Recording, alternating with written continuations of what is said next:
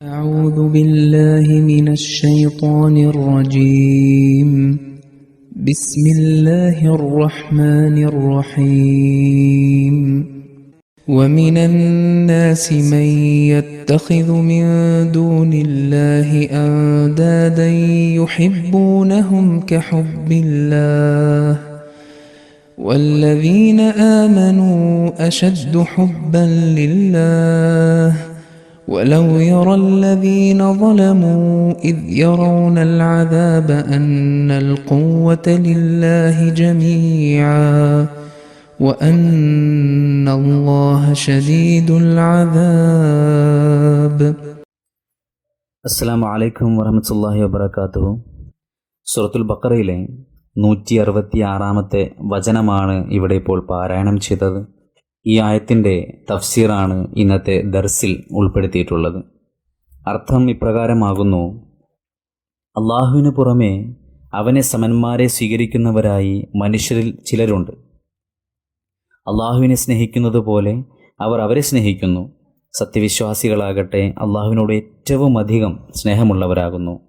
അധർമ്മം പ്രവർത്തിച്ചവർ ശിക്ഷ കൺമുമ്പിൽ കാണുമ്പോഴുള്ള ആ അവസ്ഥ വല്ല പ്രകാരത്തിലും ഇപ്പോൾ കാണുകയാണെങ്കിൽ സകല ശക്തിയും അള്ളാഹുവിനാണെന്നും നിശ്ചയമായും അള്ളാഹു കഠിനമായി ശിക്ഷിക്കുന്നവനാണെന്നും മനസ്സിലാക്കുമായിരുന്നു.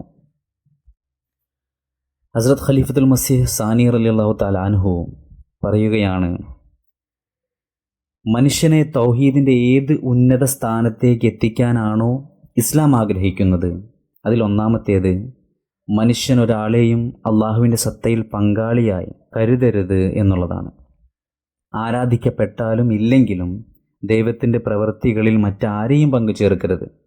അള്ളാഹു അല്ലാത്ത ഒന്നിനെയും വണങ്ങരുത്. കൂടാതെ അള്ളാഹുവിൻ്റെയും അവൻ്റെ പ്രവാചകന്മാരുടെയും കൽപ്പനകൾക്ക് വിരുദ്ധമായി മറ്റൊരാളെയും അള്ളാഹുവിനെ അനുസരിക്കുന്നത് പോലെ അനുസരിക്കരുത്. ഇവയെല്ലാം തന്നെ യഥാർത്ഥ തൗഹീദിന് വിരുദ്ധമായ കാര്യങ്ങളാണ്.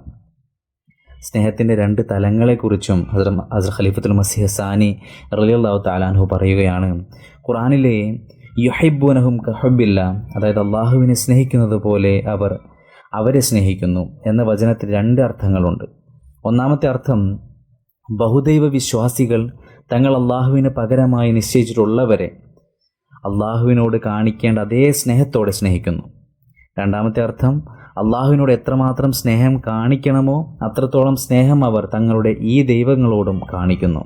ഇതിലൂടെ വ്യക്തമാകുന്നത് അവർ അള്ളാഹുവിനെ സ്നേഹിക്കുന്നു എന്ന് അവകാശപ്പെടുന്നുണ്ടെങ്കിലും അവരുടെ ഹൃദയങ്ങളിൽ അള്ളാഹുവിനോട് യഥാർത്ഥമായ സ്നേഹം നിലനിൽക്കുന്നില്ല എന്നാണ്. ആദ്യത്തെ അർത്ഥമനുസരിച്ച് രണ്ടിനോടുമുള്ള സ്നേഹം ഒരുപോലെയാണെന്ന് തോന്നാമെങ്കിലും രണ്ടാമത്തെ അർത്ഥം പരിഗണിക്കുമ്പോൾ അവരുടെ ദൈവസ്നേഹം വെറും പൊള്ളയായ അവകാശവാദം മാത്രമാണെന്ന് വ്യക്തമാകും. അല്ലാത്ത പക്ഷം ഈ 2 സ്നേഹങ്ങൾ തമ്മിൽ വലിയ വ്യത്യാസമുണ്ടാകുമായിരുന്നു. തുടർന്ന് പറയുകയാണ്: വിശ്വസിച്ചവർ അള്ളാഹുവിനോട് അതിശക്തമായ സ്നേഹമുള്ളവരാകുന്നു. വല്ലദീന ആമനു അശദ്ദു ഹുബ്ബൻ ലില്ലാഹ് എന്ന ഈ വചനത്തിന് 2 അർത്ഥങ്ങളുണ്ട് എന്ന് ഹസ്രത്ത് ഖലീഫത്തുൽ മസീഹ് സാനി റളിയല്ലാഹു തആല അൻഹു വിവരിക്കുന്നു. ഒന്ന്, സത്യവിശ്വാസികൾ മുശ്രിക്കുകളേക്കാൾ അള്ളാഹുവിനെ സ്നേഹിക്കുന്നു. രണ്ടാമത്തെ അർത്ഥം, സത്യവിശ്വാസികൾ അല്ലാത്ത മറ്റു വസ്തുക്കളോട് പുലർത്തുന്ന സ്നേഹത്തേക്കാൾ എത്രയോ മടങ്ങ് അധികമാണ് അവർക്ക് അള്ളാഹുവിനോടുള്ള സ്നേഹം. വിശുദ്ധ ഖുർആൻ മറ്റൊരിടത്ത് ഈ സ്നേഹത്തെ പ്രകാരം വിശദീകരിക്കുന്നു: നീ പറയുക, നിങ്ങളുടെ പിതാക്കളും നിങ്ങളുടെ പുത്രന്മാരും നിങ്ങളുടെ സഹോദരങ്ങളും നിങ്ങളുടെ ഇണകളും നിങ്ങളുടെ ബന്ധുക്കളും നിങ്ങൾ സമ്പാദിച്ച ധനവും നഷ്ടം ഭയപ്പെടുന്ന കച്ചവടവും നിങ്ങൾ ഇഷ്ടപ്പെടുന്ന വീടുകളും അള്ളാഹുവേക്കാളും അവൻ്റെ റസൂലിനേക്കാളും അവൻ്റെ മാർഗത്തിലുള്ള ജിഹാദിനേക്കാളും നിങ്ങൾക്ക് പ്രിയപ്പെട്ടതാണെങ്കിൽ അള്ളാഹു അവൻ്റെ കൽപ്പന കൊണ്ടുവരുന്നത് വരെ നിങ്ങൾ കാത്തിരിക്കുക. അള്ളാഹു അധർമ്മകാരികളായ ജനങ്ങളെ നേർവഴിയിലാക്കുകയില്ല. സൂറത്ത് തൗബയിലെ 24 വചനമാണിത്. അതായത് പൂർണ്ണമായ സ്നേഹത്തിൻ്റെ അടയാളം എന്നത് അള്ളാഹുവിനു വേണ്ടി ഏതൊരു കാര്യത്തെയും ത്യാഗം ചെയ്യാൻ മനുഷ്യൻ തയ്യാറാവുക എന്നതാണ്. ഇതിനവൻ തയ്യാറല്ലെങ്കിൽ വെറും വായ കൊണ്ട് പറയുന്ന വാക്കുകൾ കൊണ്ട് യാതൊരു പ്രയോജനവുമില്ല. സാധാരണഗതിയിൽ ഓരോരുത്തരും തനിക്ക് അള്ളാഹുവിനോടും അവൻ്റെ റസൂലിനോടും സ്നേഹമുണ്ടെന്ന് അവകാശപ്പെടാറുണ്ട്. ഒരു മുസ്ലിം പോലും തനിക്ക് അള്ളാഹുവിനെയും റസൂലിനെയും സ്നേഹമില്ല എന്ന് പറയുകയില്ല.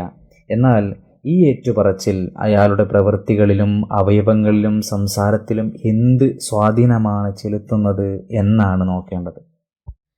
റസൂൽ കരീം സല്ലല്ലാഹു അലൈഹി വസല്ലമയോടുള്ള സ്നേഹത്തിൽ തങ്ങൾ മുഴുകിയിരിക്കുകയാണ് എന്ന് അവകാശപ്പെടുകയും അവിടുത്തെ പ്രകീർത്തിച്ചുകൊണ്ട് കവിതകൾ പാടുകയും കേൾക്കുകയും ചിലർ സ്വന്തമായി കവിതകൾ രചിക്കുകയും ഒക്കെ ചെയ്യാറുണ്ട്.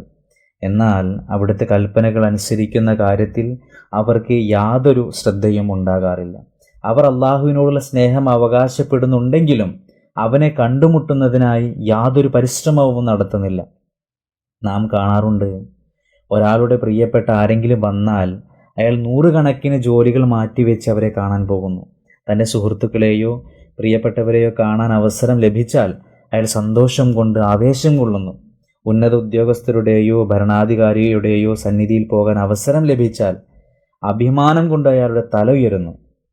എന്നാൽ ഇതേ ആളുകൾ അള്ളാഹുവിനോടുള്ള സ്നേഹം അവകാശപ്പെടുകയും നമസ്കാരത്തിൻ്റെ അടുത്തുപോലും പോകാതിരിക്കുകയും ചെയ്യുന്നു. അഥവാ നമസ്കരിച്ചാൽ തന്നെ ചിലപ്പോൾ നിർവഹിക്കും, ചിലപ്പോൾ ഉപേക്ഷിക്കും. ഇനി കൃത്യമായി നമസ്കരിക്കുന്നവരാണെങ്കിൽ പോലും അത് അങ്ങേയറ്റം വേഗത്തിലായിരിക്കും. എപ്പോഴാണ് അവർ സുജൂദിൽ നിന്ന് തല ഉയർത്തിയതെന്നോ എപ്പോഴാണ് വീണ്ടും സുജൂദ് ചെയ്തതെന്നോ തിരിച്ചറിയാൻ പോലുമാകില്ല.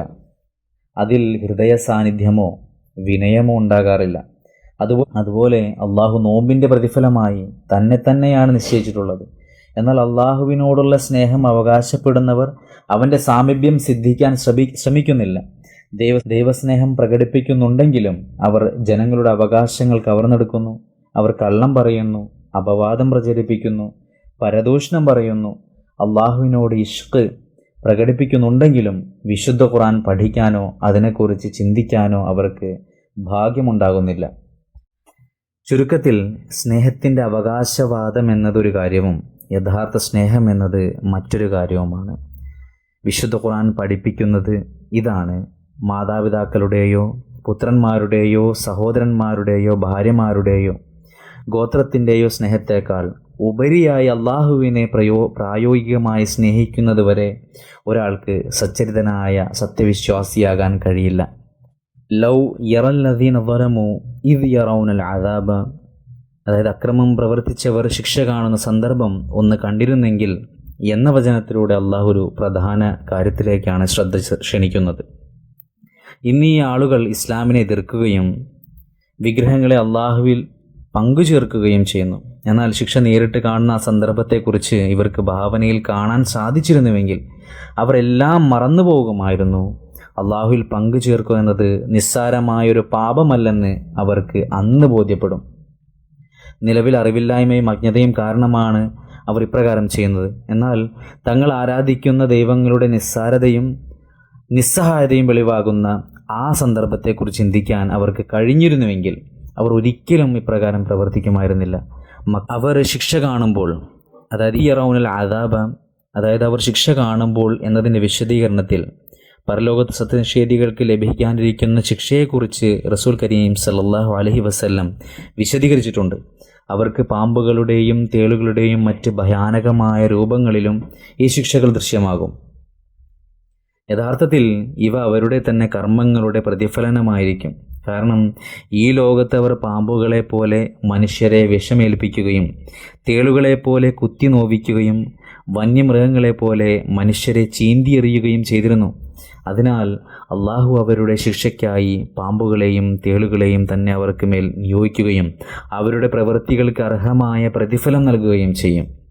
ഈ സത്യവും അസത്യവും തമ്മിൽ വേർതിരിച്ചറിയാൻ വ്യക്തമായ തെളിവുകൾ നിലനിൽക്കെ തന്നെ ലോകത്തിലെ ഓരോ അണുവും അള്ളാഹുവിൻ്റെ ഏകത്വത്തിന് സാക്ഷ്യം നൽകിക്കൊണ്ടിരിക്കെ, വിശ്വാസികൾക്ക് അനുകൂലമായ അള്ളാഹുവിൻ്റെ പ്രത്യേക തീരുമാനങ്ങൾ ഇവർ കണ്ടുകൊണ്ടിരിക്കെ, എന്നിട്ടും ഇവർ അള്ളാഹുവിന് തുല്യന്മാരെ നിശ്ചയിക്കുകയും അള്ളാഹുവിനെ സ്നേഹിക്കേണ്ടതുപോലെ അവരെ സ്നേഹിക്കുകയും ചെയ്യുന്നു. ഇവർ നാശത്തിലേക്ക് പോകുന്നവരാണ് എന്നതിൻ്റെ തെളിവാണിത്.